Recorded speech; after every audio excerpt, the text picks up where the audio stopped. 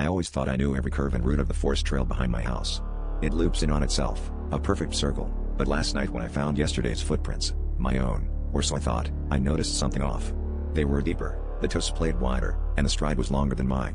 I brushed it off as paranoia, but I couldn't shake the feeling that something had changed out there. Stay with me, because what I found on my second walk will keep you up tonight.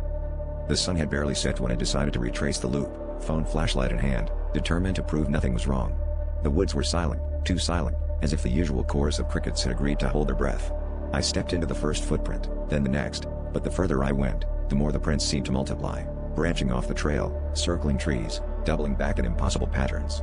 My heart pounded as I realized they weren't following the path anymore, they were closing in around me.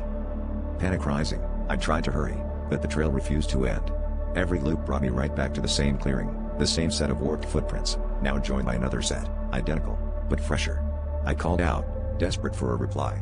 The forest echoed back, but the voice was wrong. It sounded like me, but stretched and warped, like someone was practicing my words behind the trees.